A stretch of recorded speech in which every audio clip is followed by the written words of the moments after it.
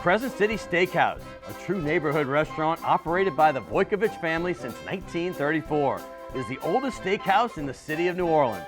Serving only hand-cut, prime-aged, corn-fed beef for over 80 years, Crescent City Steakhouse has become a dining destination for both die-hard locals and adventurous travelers who seek traditional, timeless New Orleans cuisine. Crescent City Steakhouse, 1001 North Broad, on the corner of St. Philip, in the heart of New Orleans. Hey, don't forget my pimento cheese. Of course.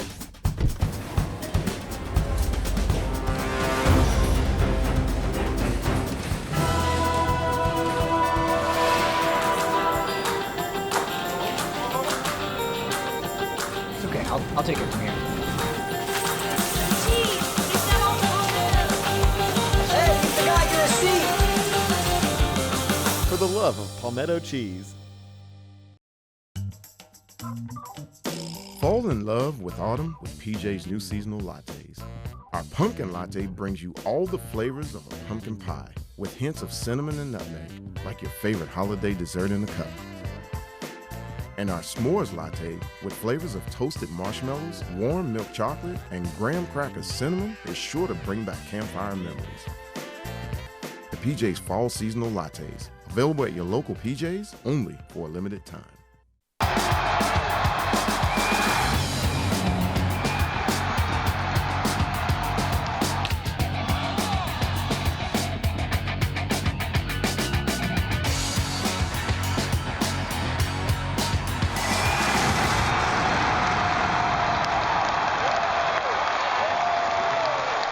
Good evening and welcome to Primetime Sports, and do I love this time of year? I'm your host, Scott Alexander, and I can't wait for this show because, hey, we're not going to have the superstar player or the superstar coach or the former coach or player. Yep, what we're going to have today are two guys that know what they're talking about, and I can't wait. Fletcher Mackel from WDSU and Doug Mouton from WWL.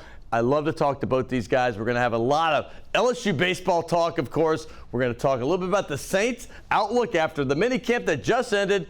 And we're going to look forward to training camp in a month. And, of course, the Pelicans with the NBA draft. Do they make the big trade? We'll get into all that in a second, but that is coming up on Thursday. But right now, let's talk about what happened over the weekend.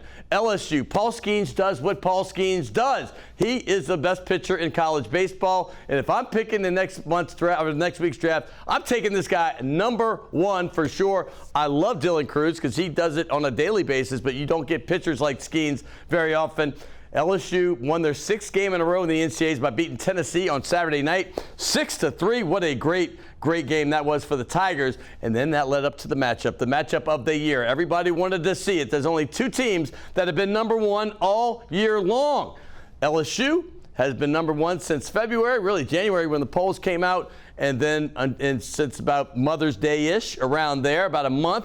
That team you see right there, the Wake Forest Demon Deacons, have been the number one team in the country. They got to face off last night, and it did not disappoint. It's certainly the best game of baseball I've seen all year. You didn't get all the runs. You got a pitching matchup with Ty Floyd, who he delivered last night. Until the sixth inning, this guy was almost flawless. He had 10 strikeouts in only 5 innings.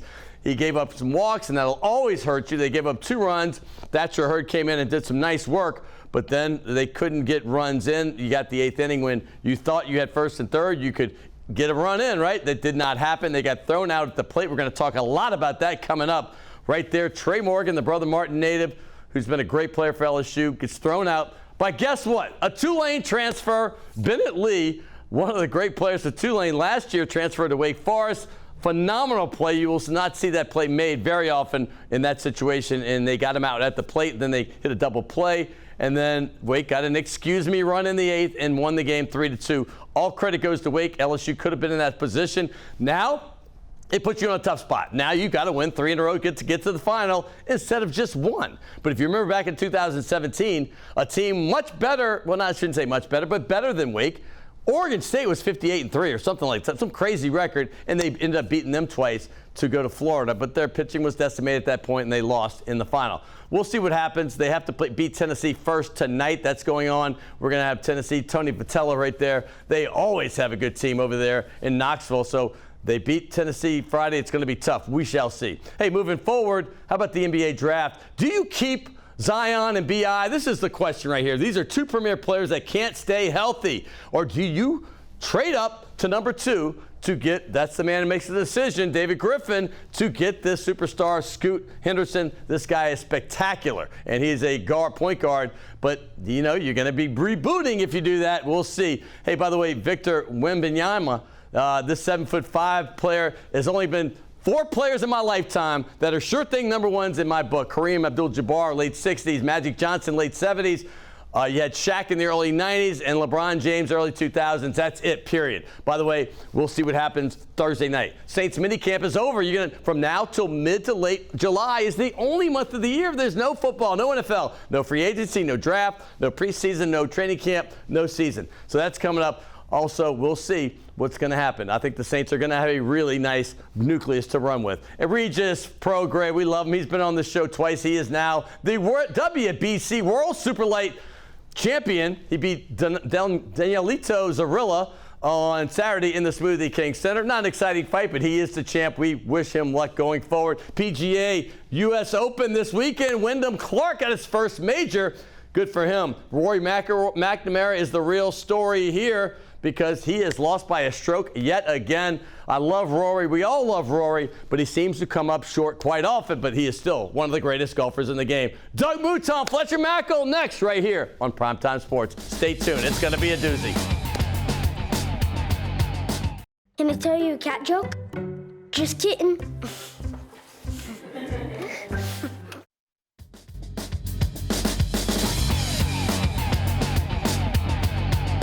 Hey, welcome back to Primetime Sports. And like I intimated in the open, we're going to talk about 3 main topics right here. And, you know, the Saints' outlook after minicamp and OTAs. We got training camp coming up in about a month. And, of course, the LSU Tigers. They took it a little bit on the chin last night. They play good baseball. This is kind of baseball. If you love the game, you love that game because the game of baseball is not just hitting home runs and getting a 12-10 score. There's a lot of intricacies that go into it, the pitching matchups, and then switching them in and out. And when do you do it? Well, that game had it all. LSU lost 3-2. They're going to get another chance. They're playing right now as we speak. They're playing Tennessee, who they've beaten 3 out of 4 this season. Hopefully they can get that win, and they have to get 2 more to get to the final. So they're having to do it the hard route, but they've done it before, and we'll see. So we're also going to also talk, obviously, about the NBA draft. That's only in 2 days. The Pels have had a mixed history in there. Sometimes they've had some great picks, and I think they've done a pretty good job. We'll see what Fletcher Mackel thinks, and, of course, Doug Mouton's coming later. This is the first time I've had these 2 guys on the same show, and these are the 2 guys I really love to talk sports with the most, so I can't wait. Fletcher, you're kicking it off. What's up, my friend? Good to see you. Thanks. How you been, man? I'm not sure I'm as loud as Doug Mouton, but I'm close. Y'all are different decibels, but y'all are equally enthusiastic. So I would agree with that. That's a pretty fair assessment. Okay, now, when I say those 3 things, right now, those 3, Saints going on, Pels draft coming up, and LSU baseball, which one hits you first? Well, LSU because they're playing. So LSU last night played, obviously, elimination game against Tennessee. And then the NBA draft because I love all the craziness of the NBA. I love the Saints, but training camp isn't until the end of July. So I just feel like, you know, we can talk about football down the road. I would baseball and basketball right now. Well, let's do baseball first because LSU's got hot, right? You know, they got hot when it matters. I mean, you know, Skip Urban made a little history of this. They were winning some SEC tournaments for a while, but then, you know, we started saying the term in the 90s, we don't go for SEC championships, we go for national championships. Well, this team seemed to be on the track to do that. They won 6 games in a row with that guy Paul Skeens leading the way, opening up both the regional, super regional, and then again in the College World Series. What do you think that 6-0 run and then last night's first loss have done for this team's confidence? So I think LSU has been, last night's game, LSU Wake Forest was the college baseball game of the year. I mean, all season long, they were on a collision course for each other. I'm just upset that they couldn't have gotten on different sides of the bracket and maybe played it in the national championship. Sure. But LSU and Wake were the only 2 teams ranked number 1 this year. It was LSU for 11 weeks, then it was Wake for the rest of the season.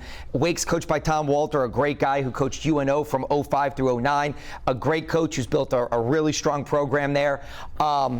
And I just thought that was a great college baseball game. Somebody had to lose. Jay Johnson said it after the game last night. That fans should be excited. That was just an amazing, thrilling, edge-of-your-seat game with two great teams, two great coaches, and unfortunately someone had to lose, and it was the LSU Tigers. A great play at the plate by Bennett Lee, the former Tulane catcher. I know. I mean, he was the hero with a great, because that throw from Wilkin, that third baseman, was, I mean, it hopped, and he had to make a crazy pick just to get Morgan, and the call was the right call. He was out, but talk about a bang-bang play. And then Bennett Lee comes up in the bottom of the 8th and gets the clutch single off a pretty tough slider from Thatcher Hurd. So, again, it was a great game. I still think LSU could make it to the national championship. In 2017, that's what they did. In 2017, they had to come out of the losers bracket and beat Oregon State twice, and Oregon State was the national #1 seed. And they did it, and then they got to Florida, and they lost to Florida in the national championship.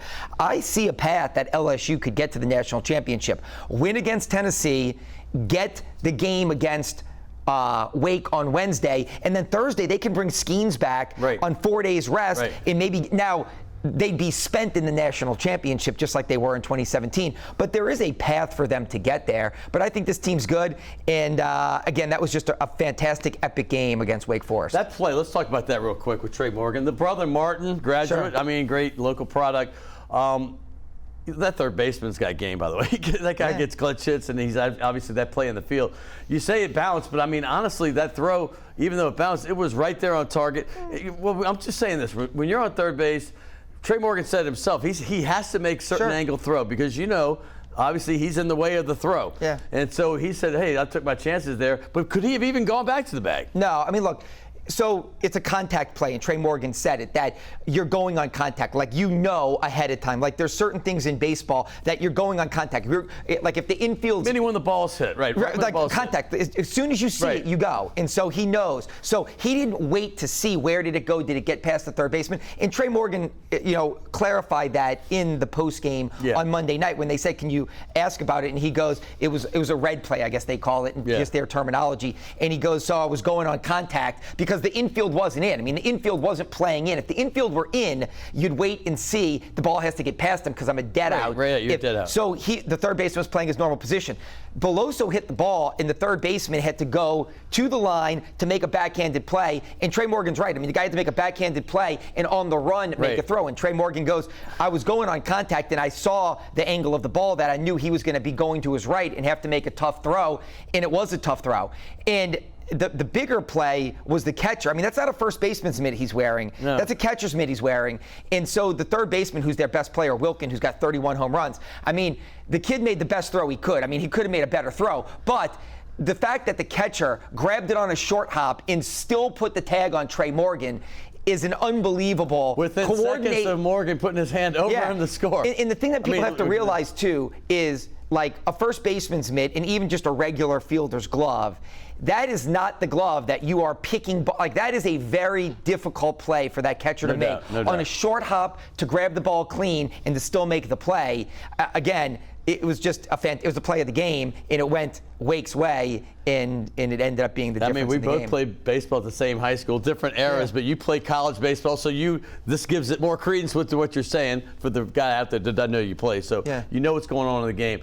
We look forward to this game today, and I know it's being played as we speak, but we taped this a few hours early. What does LSU have to do? Because Tennessee, it's always tough. You beat them 3 out of 4. You know this is a quality team. Patello's always got it going on. They had a late run, late on, and this is a team that never says die. Tennessee, I watched the entire Clemson game when they really should have lost that game. In fact, they were done. They had the call that was overturned, and they ended up coming back, putting it into extra innings and winning that. This team's going to fight and claw all the way to the end, and you saw it again against Stanford yesterday. What does LSU have to do to get it done? This is when you need a bullpen guy that we haven't talked about in a long time to step up and be the hero. And same with Tennessee. I think when this game ends, one of these teams is going to be talking about somebody giving them 4 or 5 quality innings. Right. Maybe it's Christian Little. Maybe it's Javen Coleman. Maybe it's Riley Cooper starting tonight for LSU. I don't know who's going to start. I don't know who he's going to pitch because he pitched Thatcher Hurd last night. I have no clue who he's going to pitch. So he could start Riley Cooper, who's pitched a lot in relief. Maybe he gives him 5 strong innings and we're like, wow, what a great start. But I think it's going to be a relief pitcher that, and it could be for Tennessee, a relief pitcher that gives him 4 or 5 great innings. And we're talking about this guy that we haven't seen. Christian Little hasn't pitched in a month.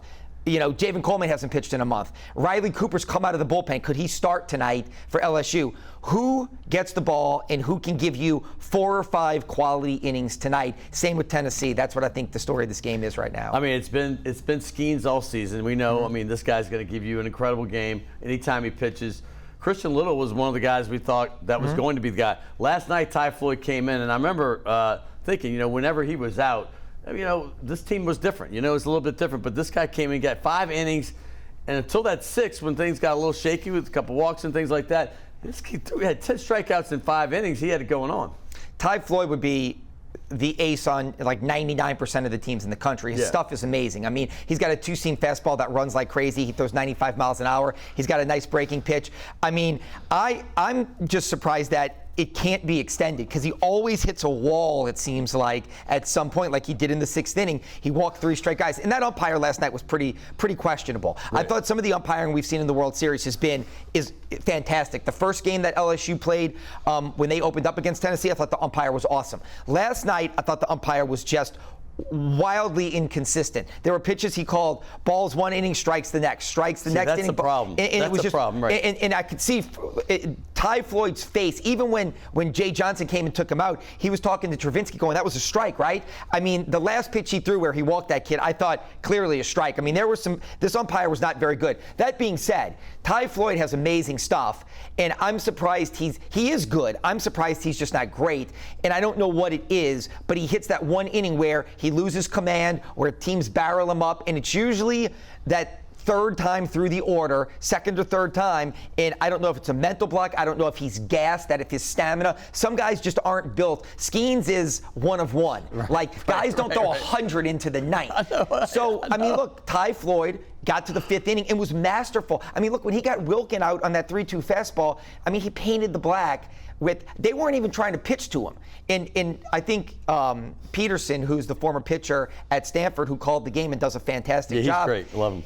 They knew they had first base, they had a base open, and the kid Wilkin comes up and he goes, Ty Floyd, watch, they're going to keep everything away from him. And Ty Floyd just hit 3 fastballs on the black and struck him out. And I was like, and he said that was just masterful. Like, this kid's got it going on right now. But then in the 6th inning, he just kind of hit a bump in the road. But Ty Floyd's talented. Yeah, I love him too. I mean, Christian Little, what do you think of that guy? Because I mean, I remember Jay Johnson was sitting here last summer, and then right before the season, maybe more excited about him last summer, but both times he said this guy has the potential to be a 1st-round pick. Yeah. We haven't seen it. He was in the rotation at Vandy. Thatcher Hurd was in the rotation at USC. UCLA, yeah. I'm sorry, UCLA, yeah, sorry. So both of those guys, to me, they haven't regressed, but they haven't risen to what they were expected to be at LSU. Skeens has been more than advertised. I mean, he came in as the Mountain West Player of the Year, a potential 1st-round draft pick. He's going to go 1 or 2. Christian Little came in as a guy that we thought, okay, didn't work out at Vandy. He was good at Vandy, could never take that next step. This is it. This is where he needs to be. Same with Thatcher Hurd. Good at UCLA, but just couldn't take that next step. And Thatcher Hurd's been better than Christian Little, but neither one of those guys has risen, I think, like fans and media expected them to this year. So, but Christian Little's a guy, he could start tonight, and he could maybe give you 5 or 6 innings, and we're talking about, wow, this is the guy Jay Johnson was talking about last summer. This is the guy fans have been expecting. So maybe that's what the storyline will be later tonight. It'll be interesting to see what trust he puts and who it is. Yeah. Hey, let's move to the NBA draft. We all know, anybody that follows Twitter knows you love the NBA, you love the Pelicans, you love to cover them, and you love trades. I mean, that's one of my favorite things about your Twitter site. But real quick, when you think about this team, everybody's talking about Scoot Henderson. Everybody knows who's going to be number 1. Victor is going to be 1. Wemby. There you are. Look at you covering the Pelicans right there. But number 2, I mean, they've had a couple of speculations, but Scoot Henderson seems to be that guy from G League Unite. Yeah. What's your take on him? Yeah, that's who they want. And the Pelicans are going to make a trade. If they can get Scoot Henderson, the 19-year-old point guard who's been playing professionally for 2 years in the G League and whose intangibles are, it's not like I've ever met him, but just reading about him and talking to people, off the charts, that everybody talks about, that this is the guy that is the maniacal worker, that is the first one in, the last one to leave, that is the alpha in the room immediately, even as a 19-year-old, like kind of like when Luka came in. Luka was a pro. Luka was the MVP of the EuroLeague at 18. He showed up in Dallas, and it's like, is the 19-year-old the alpha? And it's like, yeah, he is. He's the dude that we all follow and know is great. This guy has that kind of potential. So the Pelicans, if they can trade up for him, are going to trade up for him. I mean, look, Wembanyama's going number 1 to San Antonio. Charlotte has the 2nd pick. Portland has the 3rd pick. It's not a secret at this point. The Pelicans want Scoot Henderson, and they are trying to get him. And if that means Zion Williamson or Brandon Ingram are going to be traded, it's going to happen. I just don't know. Look, it takes 2 to tango. Is Charlotte going to pass on Scoot Henderson? Or Brandon Miller from Alabama looks like he could be a Brandon Ingram type player. So Charlotte may just say, you know what, we're good. We're going to pick one of these guys. We don't need to trade. And so the Pelicans won't get a deal done. Let's just say Charlotte picks Brandon Miller.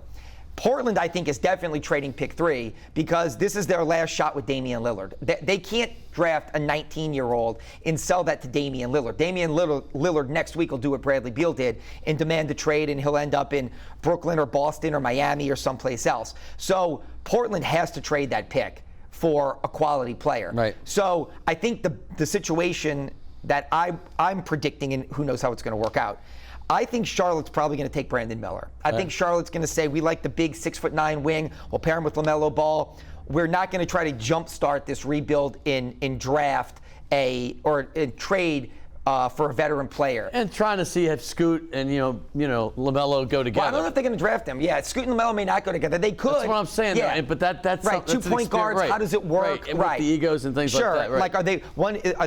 Can one play off the ball more than? Right. So both those guys need the ball. Right. And so I think that they're going to end up drafting Brandon Miller, and then I think the Pelicans may be in a prime spot to trade with Portland, or a 3-team trade to send Zion Williamson maybe to Portland to get Scoot Henderson and maybe some other assets. So as I sit here on Tuesday, if I were a betting person, I would bet that Zion ends up in Portland and Scoot Henderson ends up in New Orleans. But all this could be for naught. Like, Portland could get a deal with Toronto and say, we want Pascal Siakam, and Portland may say, hey, that's a much more reliable player than Zion, who's been injury plagued. And Charlotte takes Brandon Miller, Portland trades with Toronto, and the Pelicans say, hey, Zion and B.I. are our guys, and we'll tweak the edges of the roster. Well, that's my next question. Are you giving up on Zion? No, I'm not giving up on Zion, but I do think this is my mindset.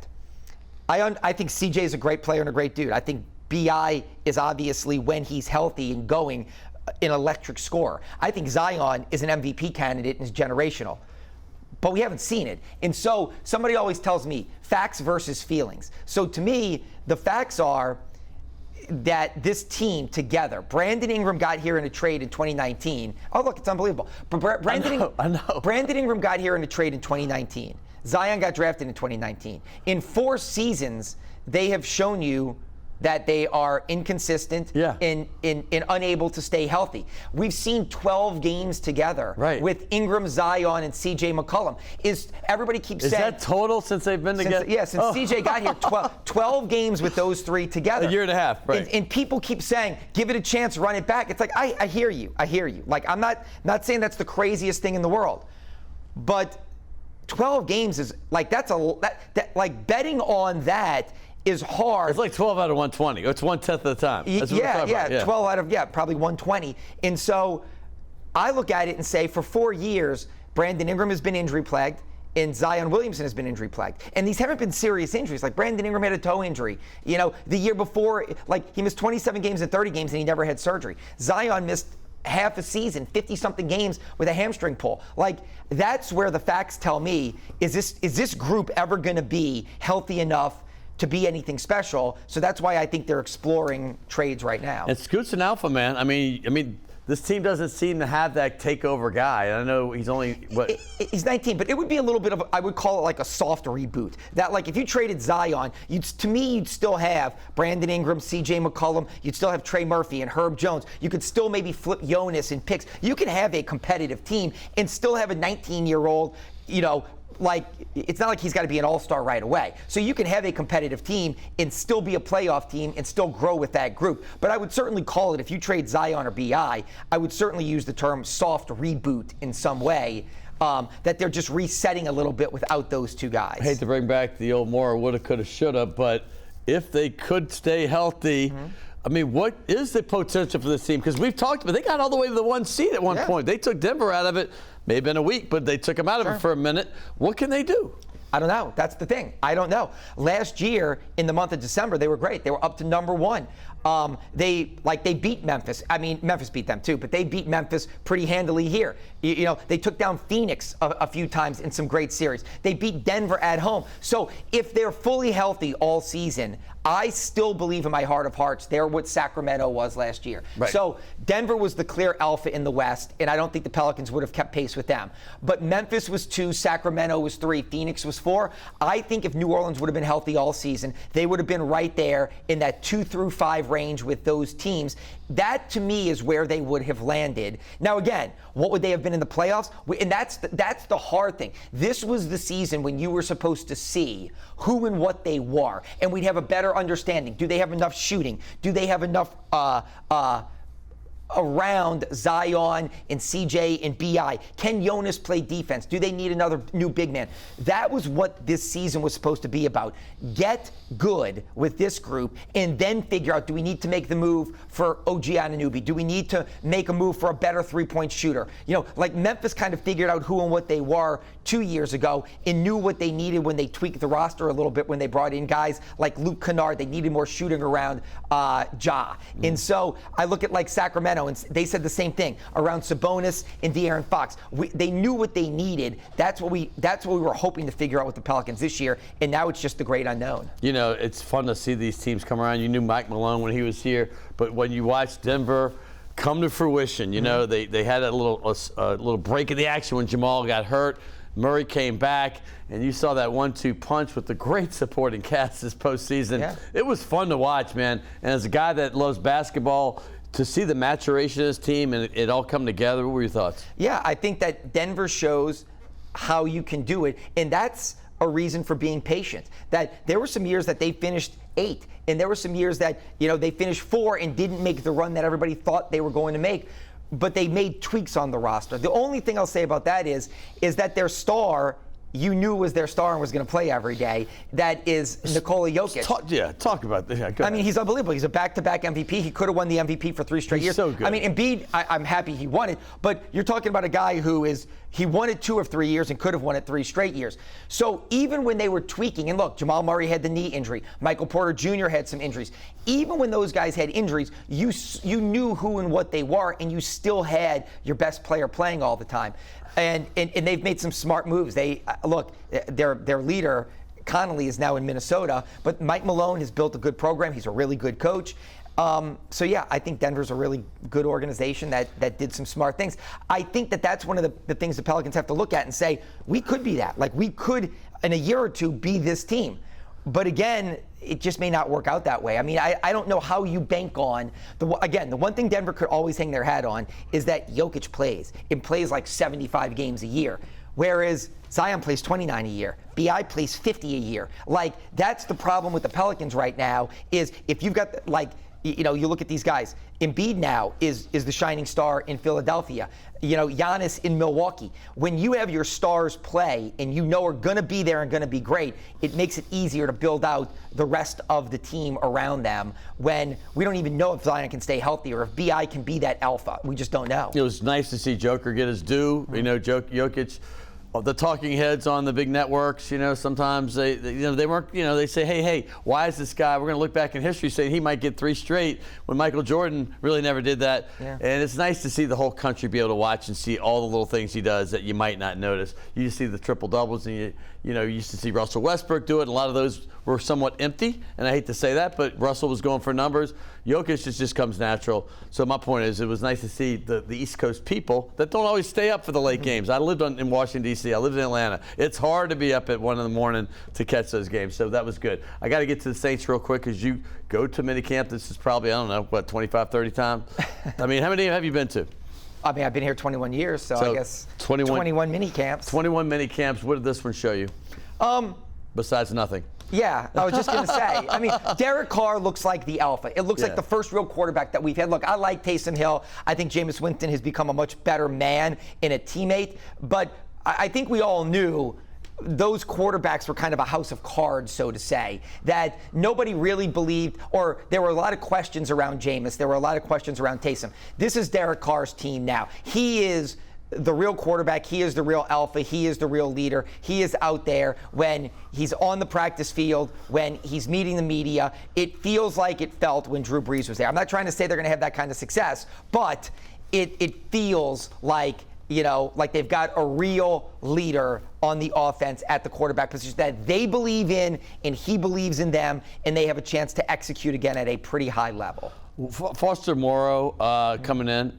I have to say Morrow because I grew up with a bunch of Morrows instead of Moreau. But Foster Moreau, what can he bring to this team? Yeah, consistency. I mean, look, somebody got upset when I told them I think Foster Moreau can beat Josh Hill. And somebody I meant that as a compliment. I think Josh Hill had an 8-year career here as a starter. I like Josh Sean Hill Payton a lot. said, Sean Payton goes, he's the front door. Sometimes you don't pay attention when you go into the big, beautiful house. You're looking at how big it is, or the pool, or the cool TVs. He goes, but if the front door wasn't there, you'd be like, what the heck's wrong with this house? He goes, Josh Hill is the front door. He goes, Josh Hill is our front door. And he goes, he's great. And I always thought that was funny. So that's what Foster Moreau can be. He can be an every down tight end. He can put his hand in the dirt. He can be the inline blocker in the running game. He can run routes more consistently than people think. I just think Foster Moreau is a consistent starting tight end in the NFL that has some familiarity with the quarterback, and that from a human standpoint is going to be a really good leader, character guy, person for the New Orleans Saints locker room. I know I hate to do predictions, but how do you think this team, let's just say injuries are normal and not super abnormal like they've been for 2 straight years, how can they do? Good, because the best thing for the New Orleans Saints is they play in the NFC. You've got Philadelphia, and then who? Maybe San Francisco if they have a quarterback because they have a talented team. Maybe Dallas, who's kind of been an enigma the last few years. And then who? I mean, I can make an argument that the Saints are without question the 4th best team in the NFC. Like, somebody goes to the Rams, I go, well, the Rams were terrible last year. Right. Like, is Stafford coming back? Do they have the right pieces? I mean, they followed up the Super Bowl with the worst season ever for a Super Bowl champion. So I can make an argument that the Saints are the 4th, no less than the 5th or 6th best team. So that's a playoff team, in my opinion. And the NFC is weak. I mean, and the AFC South in particular is weak. Look, the AFC is loaded for bear, top to bottom. I mean, I think the best 8 or 9 quarterbacks besides Jalen Hurts are in 8 of the 9 best quarterbacks are in the AFC. Right. So I think the AFC is unbelievable. The best thing for the Saints is they have a winnable division in a winnable conference and could even be a wild card team. So I think it's absolutely positively 10-7 has to be the low water mark for the Saints. Anything less, and to me, 100% agreed. They are in real trouble if not. Yeah, 10-7 has to be the low water mark, and injuries are a factor. Sure. So we know that. Hey, I appreciate you, and I know you love Task and our good friend Al Andrews who just passed. So we're going to give you a couple shirts this time. I don't usually do this. I'm doing this with you and Doug Mouton because I appreciate you guys so much. Fletcher. There you go. I know you love him. And I think it felt, our man, Evan Hayes over at Shays Delachaize, right? Yeah, thanks. Yeah, you can go to Delachaize or. It's like Christmas come early. Yeah, that's it. Come on. This is Christmas in June, baby. I'll go jogging today. Not a good move in this heat, but I'll wear one of these today. Nice. Hey, by the way, I appreciate all the work you do. Thanks. Yeah, that's Fletcher Mackel. Check him out on WDSU. I told you before they came on, Doug and Fletcher today, this is like Christmas for Scott Alexander. I love it. I couldn't wait. I said, you know what? Why go ahead and get a player and get a coach today? Because there's so much going on. I need to get people that know what's happening and we enjoy talking to. So Doug Mouton from WWL is coming up next right here on Primetime Sports. Stay tuned. Love you, man. Appreciate you very much. Right. So.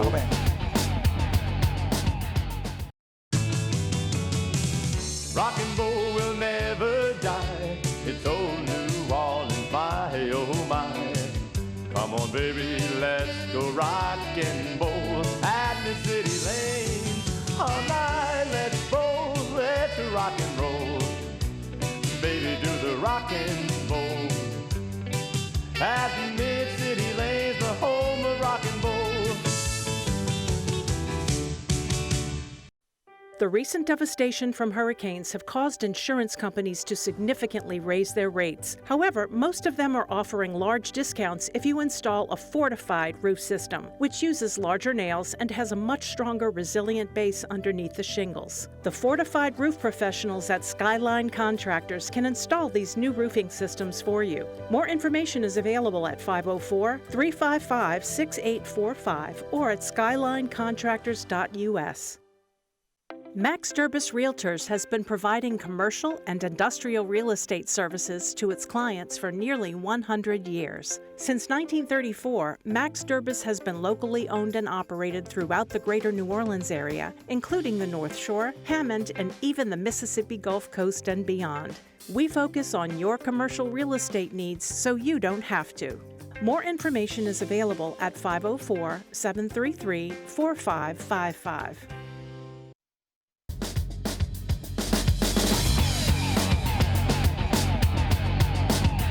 Hey, welcome back to Primetime Sports. We already said it. Doug Mouton's coming. Fletcher Mackel was just here. The guys that can talk the most, and I mean that the biggest compliment there is. You know Doug Mouton, WWL. I watched him last night.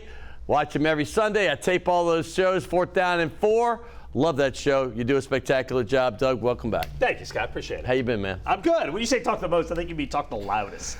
Well, that's what Fletcher said. Yeah. So when you rewatch the set, oh, he goes, no, I missed it. He says, well, I'll send you the link. It wasn't negative. He says, we do like to talk the most, but I think Doug talks the loudest. Yeah. Well, his decibel's just a little higher than you. Yeah, I do have some volume control issues. But I love the enthusiasm you both have. That's what turns me on. Well, I appreciate that. Thanks. In the positive way. So speaking of what's happening now, this is the question I let Fletcher off. What I want to do with you. What's going on right now, the 3 things I think New Orleanians are focused on the most. Training camp is starting in a month, but the mini camp just ended. We love the Saints. We know that. Pelicans draft is coming up. LSU baseball back in the College World Series. These are 3 things I want to talk to you about as well. What hits you first? Well, I mean, the LSU the College World Series first because it hadn't happened in 6 years, and it's, you know, it's been an amazing ride this season. LSU's at a rough point right now at 1-1 in the tournament. Yeah, I mean, needing some pitching help in a big way. What'd you think of that game, first of all? Oh, I thought it was a great game. One of the great games I've ever seen. Thank it was you. spectacular. Thank you. Because it was. I listened on the radio because I'm driving through rainstorms. Oh no, it's just a beautiful ball game. It's baseball. Just a beautiful ball baseball. Game. And look, I'll say this too. I think the pitch clock in baseball, and they're using it some in college, not like they do in major leagues. I think it's sort of changing the sport and all of baseball. And look, I watch a lot of baseball to begin with, and I think it's changed the sport in an enormously positive way. Tell me what you mean, because I produced Braves for 14 years. Well, because it's so fast. Yes. Now you're seeing, I went to a game in San Francisco a couple of weeks ago. It was a Giants game. I want to say it was 11-8, and it was in 2 hours and 40 minutes. That's crazy. And yeah, what you're getting is the exact same amount of action in like a half hour less time. It's faster, it's more fun. Pitchers are getting the ball and throwing it. I love the pitch clock. They had to. In today's world, they had to do it. Right. Yeah, and look, I'm in a bunch of fantasy baseball leagues, and there's a bunch of these, old school baseball purists. Yeah. Oh, don't change the game. You're messing with the greatest Dude, that's game. crazy. It's like, no. Well, first of all, every sport there is has, hockey has a book of rules they've changed to try to introduce scoring. Basketball, they change everything has to for fans. Even football, rugby, when I joined, they did stuff to speed it up and make it better. Football has grossly changed its rules to make it more entertaining. Baseball hadn't done that in 50 or 60 years. It was time. They did it, and I think all the rule changes are great. And I think you even felt that a little bit in the LSU Wake Forest game. Is that now, granted, the pitching changes slow it down. Major leagues regulate that a lot more than college. But man, the games are fast and snappy and I think more fun, and I loved baseball last year. Yeah, I'm going to say this because I have to say, since you brought it up. Fantasy baseball, rotisserie baseball is what we called it. Sure. 85, 86 is my first year doing it. Roger Clemens, Eckersley, I rode those dudes like crazy. But I started with Tommy Karam, who's the academic advisor for the LSU athletes, and I think he might still have a role doing that.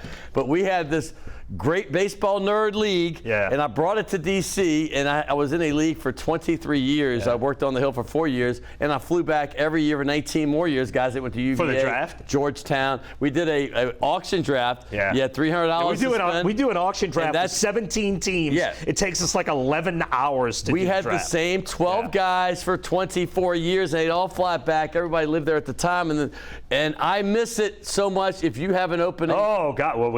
Well, I'm in 5 leagues Well, right if now. you have a great one, I want to get back into it because I kind of started fantasy Look, we'll football. take your money. In 19, I love it. Let's do it. I want to give it the little I have. But hey, in 1990, they weren't even fantasy football stuff out. Now we were making our own formulas to start that, and I was like writing all the stats out like in Sharpies, and then I love it. I miss it, and I haven't done it, and I guess that would be a decade now, and I miss the heck out of it. So you still do it in 5 different leagues. I had no idea you love baseball that much. Yeah, every day. And anyway, and you could feel that even in the LSU Wake Forest game. Was that it was quick, and I mean riveting, just riveting every half inning, like few games you will see. I mean, because you know what's at stake. And you knew the team that won that. I mean, it's not just an inside track. Wake Forest needs 1 more win. LSU needs 3. And LSU's got to come out of the losers bracket. They're going to need pitching help. And now, if LSU is going to get to the championship series, they're going to have to use Paul Skeens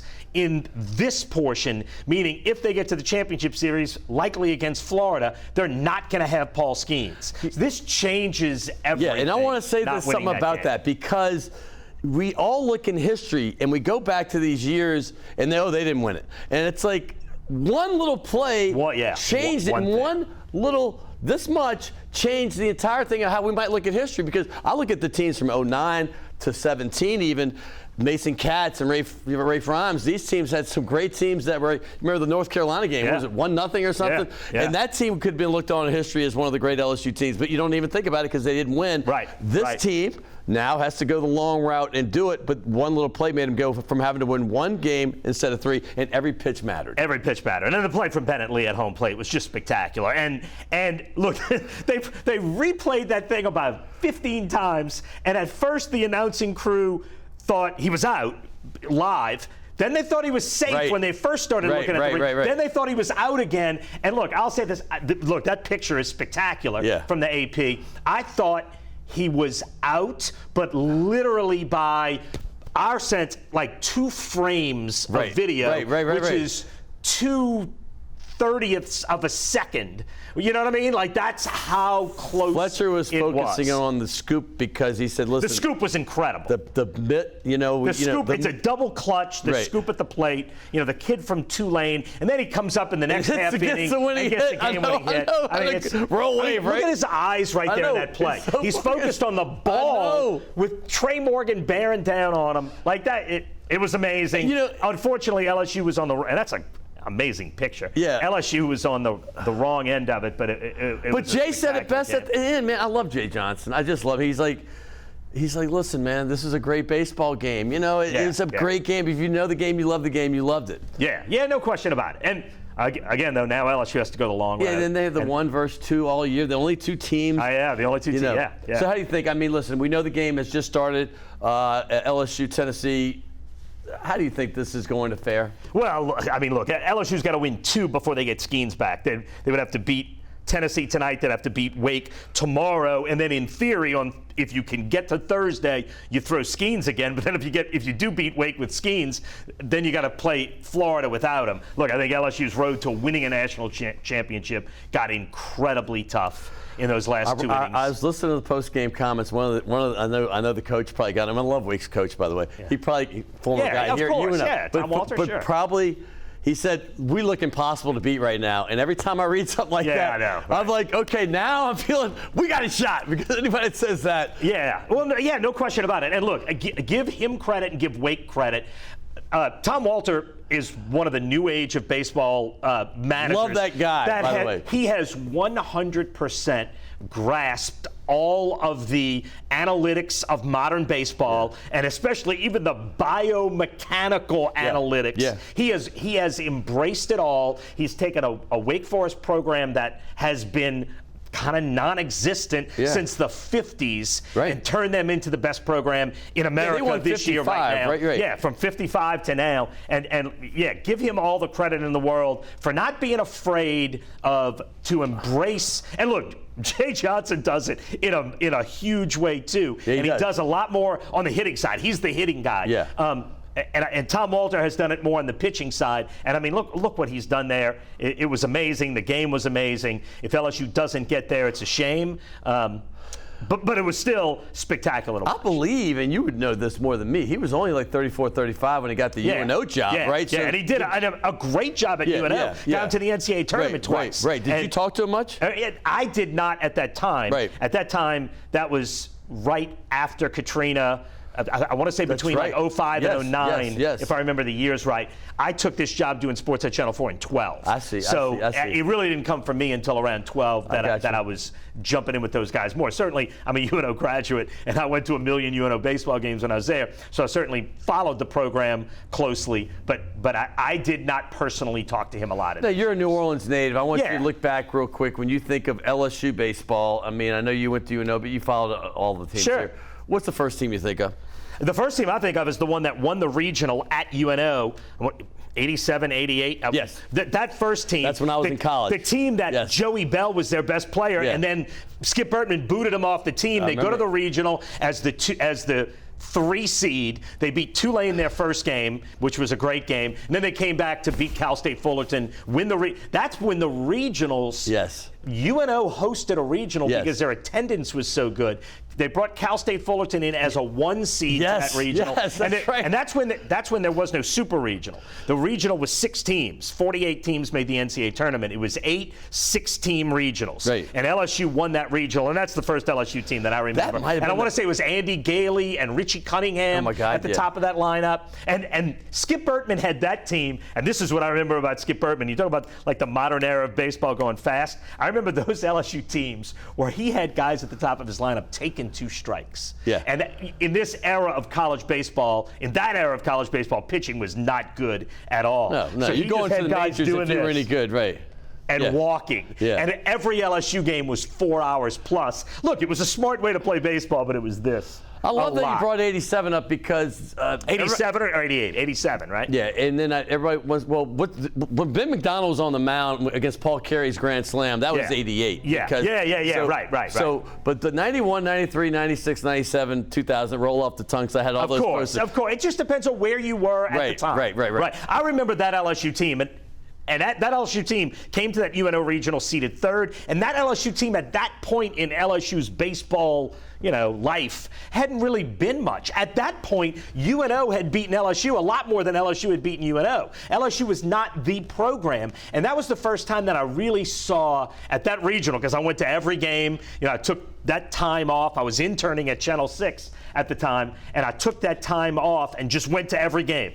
I saw Southern beat Cal State Fullerton at like 10 at night on day 1 because Fullerton wanted to hold their pitchers, and they lost to Southern. And it was one of the great upsets in That's NCAA right. They held their pitchers history. up. Yes. I forgot about that. Yes. So anyway, that's the first time I really saw Skip Bertman and sort of the magic of what he did and how he motivated the team, but just from a strategical standpoint. Look, it was sometimes hard to watch a team where so many guys were taking 2 strikes. But it was the smart move, and it was the right play. And he would just have guys on base all the time. And they wore down everybody, and they won that regional. And I actually have this scorebook. I scored every game of that regional. It's in my desk at work. How many times have you been to Omaha? How many years? Oh, I just went to Omaha once. That's the only one. I went to Omaha in 15. And you've watched it so many times. Have you ever seen, I remember they said last night before the LSU game, there's a total of 10 runs differential in the 7 games previous, all the games played so far. And it's crazy. And now it's 8 games, 11 runs because there's a 1-run game again. Every game is decided by 1.3 runs. Yeah. That's spectacular. Yeah, and it's just everybody's better. I mean, and look, this will go down as one of the great LSU teams, but beginning about 2 months ago, we knew after Skeens that the pitching was light. Right. And when you go to Omaha in that big ballpark where the wind is constantly blowing in, you go there with light pitching. That's going to be rough. Especially if you rely on long balls. Especially if you rely on long balls.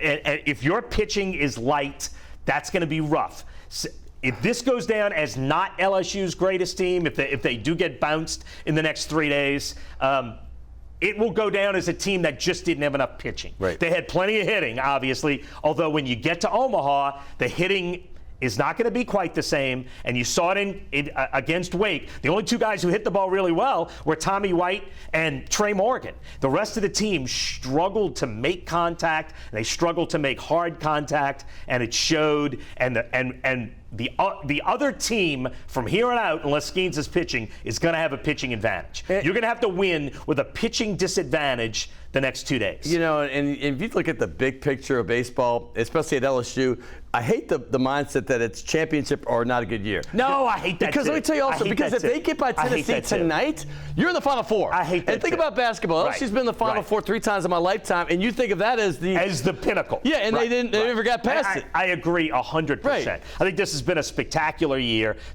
And look, I think everything Jay Johnson's put in place has LSU positioned to have long-term success. Yes. And look, the way he has used Skeens and developed Skeens, and look, he's pitching it hard in every interview. The way they took Skeens from behind the plate, he's pitching it to every guy out there. We didn't do what was best for us. Yeah. We did what was best for Paul Skeens. No. And he's right. He's right. And he's going to pitch that to the next Paul Skeens, which is why he can't bring him back before Thursday. No doubt. Which is why he's got him one more time in this tournament, and then that's it. So if he pitches Thursday, you do not have him in the championship because he can't overthrow Paul Skeens. That is such a great point. He won't get the next Skeens. Skeens came to LSU to get exactly what he got, which was a coaching staff that could put him in position to be the number 1 pick in the draft. And I'll say this too, I love Dylan Cruz. Yes. But if Paul Skeens isn't the number 1 pick in the draft, and look, the Pirates are a smart organization,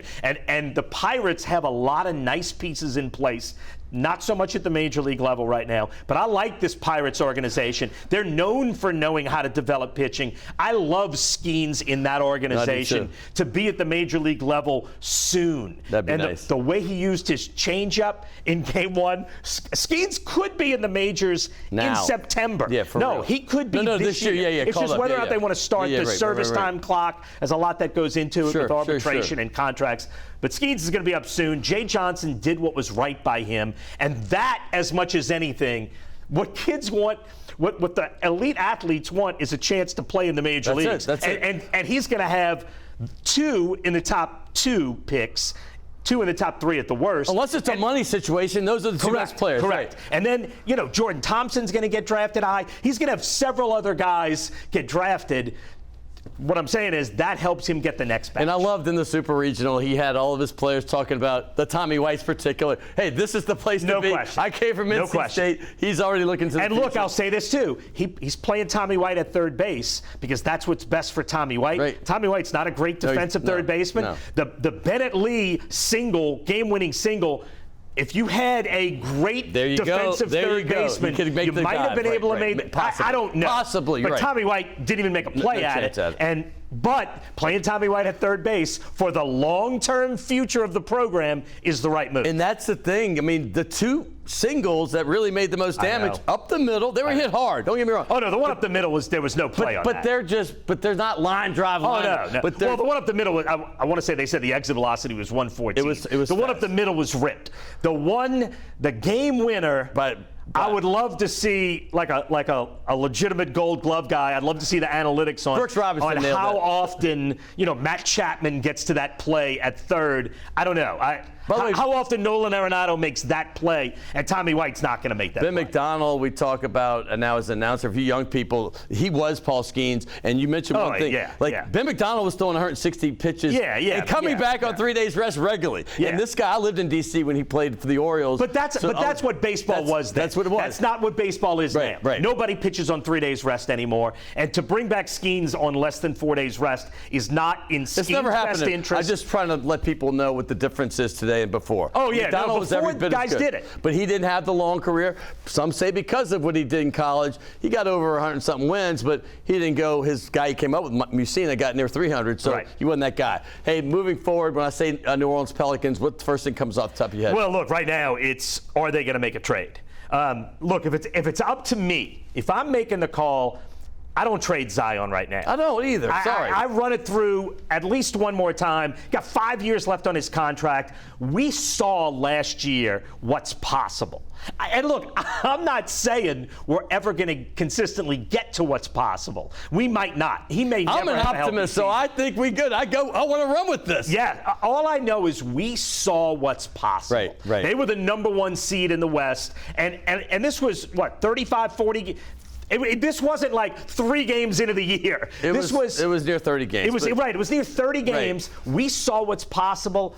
I'd run it through again. Now, look, if you want to, if they make a deal with Brandon Ingram, I get that. I know they weren't happy with how quickly Brandon Ingram came back from his injury last year.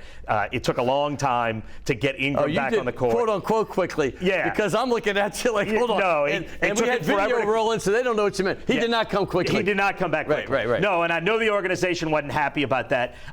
If they did make a deal with Ingram, I would get that. But man, I would run it through one more time and let's see. And again, I'm not saying they're going to win a championship, but I'm saying, you know what? Before you trade one of the most talented guys in basketball, let's run it through one more time.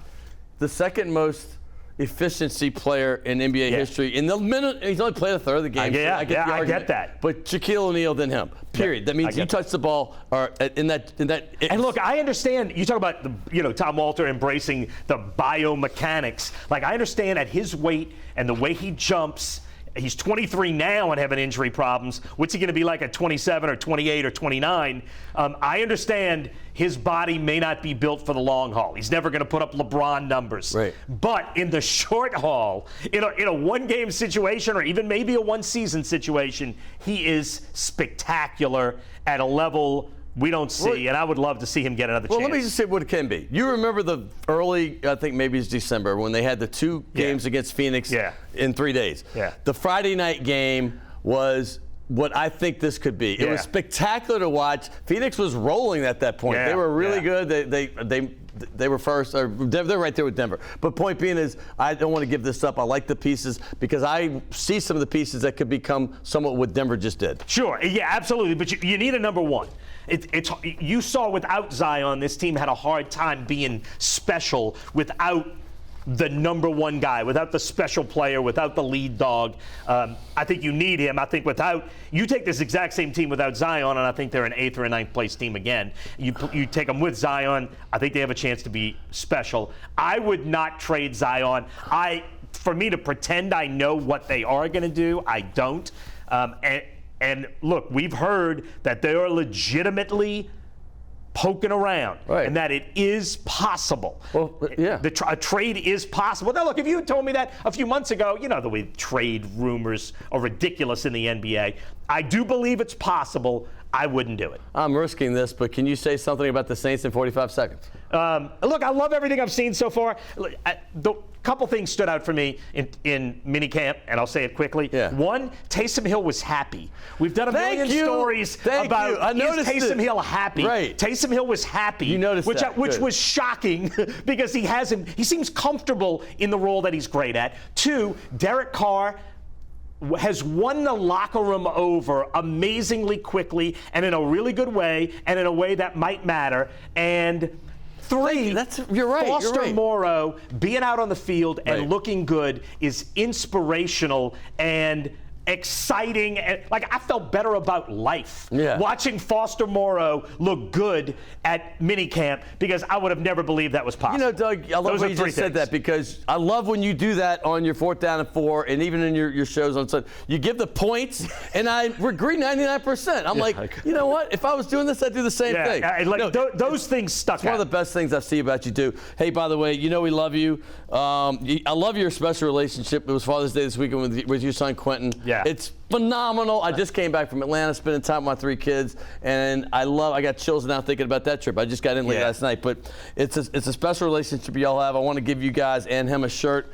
Task Performance. Yes, appreciate that. Task Performance, and I know you know them well. Yeah. You know, all the guys at the Saints were wearing it. Oh, of course, yeah. Right. These are awesome. Yeah, right. And then, you know, Take Your Wife, Please. We got a couple gift tips to Shades Tell Us Shades. Which is a great place. Yes. Look, I've been on this show before, and I used your gift certificate last time, and we had we went when the weather was nice. We sat outside. Yeah. I would not advise doing that now. Well, go inside. I'd go inside now. Yeah. But it was a great experience. No, and I'd say the same thing. So thank you for doing that. Absolutely. Thank you, Doug. Thanks, appreciate Scott. you very much. That's Doug Mouton. We just had Fletcher Mackel. I want to thank you. Hey, that video. By the way, give me some props for my mans over there, Logan Graffia, and of course, Alex Chacon. I want to thank my interns doing a phenomenal job back there. Sean, I appreciate you. And of course, Danielle and Jonathan. And of course, my producer, Will Hill. Hey, we're coming back next week. We're going to have some more fun right here on Primetime Sports. Thanks, yeah.